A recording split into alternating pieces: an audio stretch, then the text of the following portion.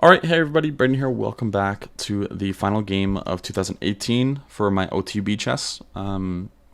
This is round 5 or 6 of the junior tournament I was doing. I had a lot of buys in between, and then after this game, I was like, I'm in bad form. I'm just gonna not play the rest of it. And I think that was a good choice because honestly, I was pretty just burnt out. But let's get into the game. E4, C5, and we're playing against Harrison, who plays the dragon. Funnily enough, we've played them 2 times already with white.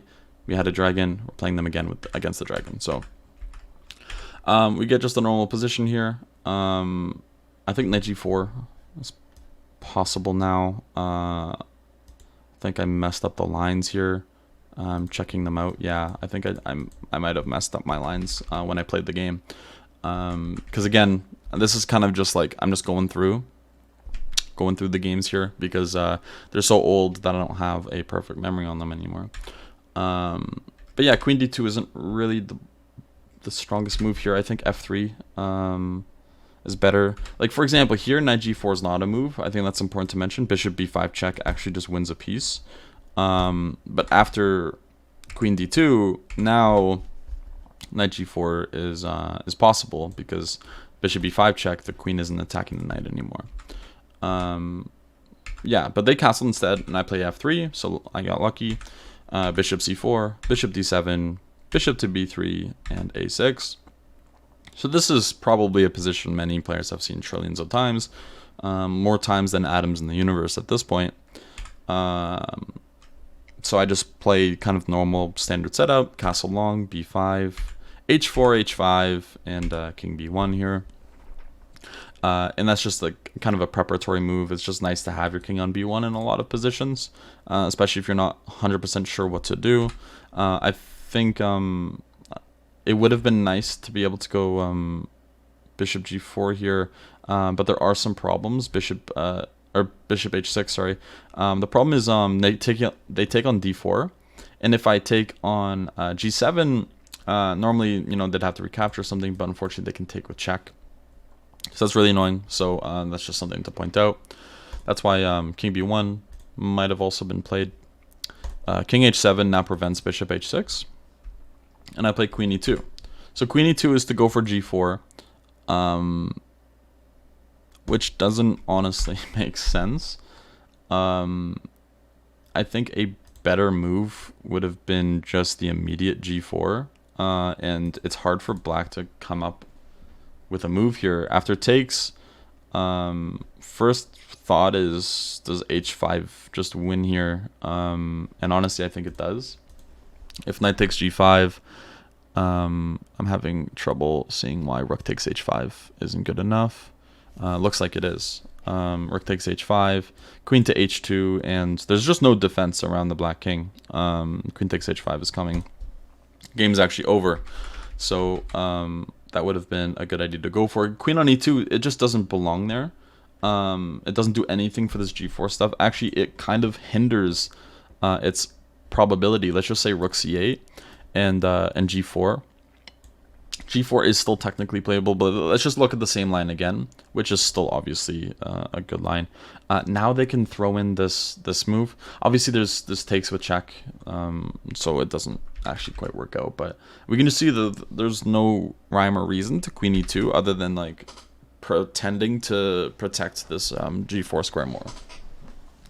But yeah, they played knight A5 instead, and here I end up playing knight D5, trying to remove one of the defenders of the G4 square, because as many dragon players may know, going for G4 and H5 is this key idea that keeps popping up over and over again. That's just how white wins these games.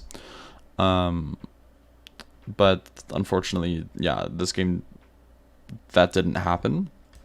They take on B3. I think I took on F6 first with check. Bishop takes F6, and then knight takes B3. And now I really want to play something like Bishop D4.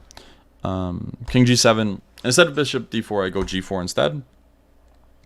And I'm actually quite happy with this move because it has an idea with it where they want to play Rook H8 potentially to defend, but then their bishop is kind of stuck like in the center where it can get kicked around a little bit, and that's actually what happened. So they play rook h8, and I play g5, and this bishop's just it's just not having fun, unfortunately. Bishop e5, f4. The bishop's trapped now. So they go for what they can, which is bishop g4, queen f2, and they end up taking. They get equal material here for like it's 2 pieces for a rook and a pawn. But unfortunately, the 2 pieces in these types of positions, it's just always better to have the 2 pieces. I think it's fair to say that white's just completely winning here. There's just no hope. My opponent played rook f8, and I played e5, which is a pretty strong move. The whole point is, obviously, they cannot take, and if I can take and give them an isolated pawn, obviously the pawn's just weak, the dark squares are weak, their king is weak, and I just have a better grip of the center. This is over. So they played d5 instead, and I thought of this really interesting move, e6, and there's not really a good way to meet it, surprisingly. Where after f takes e6, bishop to e5 check is generally my first reaction. But there's also moves like knight to c5, and how do you avoid knight to e6 here? For example, queen c8, queen e3, even queen d4 check might be stronger, king h7. And yeah, the computer's just recommending bishop d2 to c3, and it's game over, which is really funny. But that's just kind of highlighting how important the 2 bishops versus the rook are. And this is kind of nice to see because a game I had a long time ago against Nolan, which I'll put the link in the description for that game, I ended up not going for the 2 pieces because I was scared I was losing an exchange, but I wasn't. Anyways, so yeah, e6, king h7, e takes f7, rook takes f7, and queen to d4 here. Just trying to blockade on the dark squares. And their pieces can't even do much, which is really surprising. e6, bishop e5, rook c8. This is just really bad. Unfortunately here, I just give a little bit up for no reason. I think something like queen d3 or queen d2 is a very good move. The whole point is I want to bring the knight potentially to d4 here. But instead I play c3, which is just stupid because after rook c4, it just gives up the h4 pawn for no reason. It gives a little bit of counterplay. Objectively, this is still really good. And I think one thing I was looking at was bishop f6, but I think sacrificing the exchange is completely justified here. And I have no idea what's going on because they might even just go for the queen trade. And these g and h pawns, they honestly just run really fast.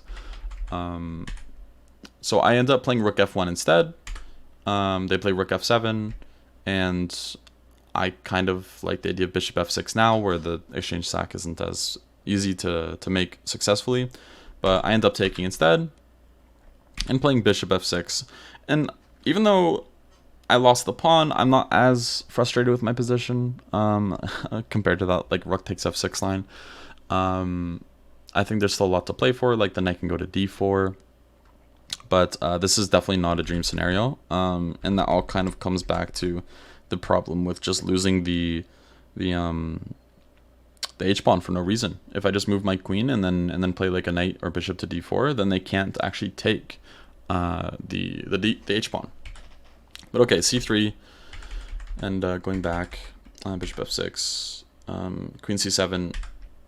I played knight d4 here, and they end up playing rook e4, and surprisingly, I thought I was okay here at first glance a while ago, but it's just losing for white. The h pawn is surprisingly just really annoying in any type of endgame, and moves like e5 are potentially going to happen. The queen can also slowly get in, and there's no real way for me to take advantage of their king, which all of a sudden is just really safe.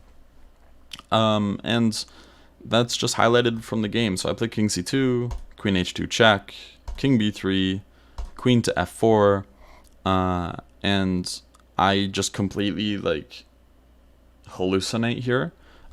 Any normal move keeps the game going, like a3 for example. I'm not saying it's good. I'm just saying it keeps the game going. But I hallucinate with knight takes e6. So I had a great opening, a great early middle game, and then I just keep throwing it over and over and over again. Knight takes e6. It looks like it almost works. For example, if takes, if they didn't have their potential mate here, then it could have been something. Even still, after takes, it's not even clear. I think the h pawn's running, but clearly I missed something here. And I after rook takes e6, I saw what I missed, and I just like allowed it on the board. I intentionally just like played it out and just was like, yeah, whatever. I don't know why. I just decided not to resign. Queen takes d5, just in the rare chance that they missed it, but even still, it is hopeless. Queen a4 check is not just check, it's mate. So I lost this game, and that was 1 out of 5 or 1 out of 6 for this tournament. Not a good result. They were almost always higher rated than me though, which is kind of one thing to keep in mind that, you know, kind of softens the blow a bit, is when you're playing up sections or when you're playing against much stronger opponents, having worse results isn't as bad for you. But I was just kind of disgusted by my games, because some of the games, it felt like it was more even than it turned out. And things obviously did not turn out well for me here. But it was a good learning lesson. And the main thing I guess I learned was to stay away from King's Indian and stay away from Caro-Kann. So actually I changed both openings, both of my black openings, over the course of the 3 years where I was waiting to do tournaments again. Anyways, that was the last game of 2018, and we're finally jumping in to recent games where I actually have a good memory of what went on. I still hope this was interesting, at least, to just see all the games. I thought it would be cool to have every single game of mine that was in a tournament setting shown. So if I can go for my goals and get like NM or Candidate Master or anything like that, which is a far way away. But if I can get those things and someone can see the progress from start to finish, and I can see it as well, and I think that's very valuable, and that's not something a lot of people have done. So anyways, that's all. Thanks for watching, and I will see you next time with my first tournament game from 2022. Have a good one. Bye bye.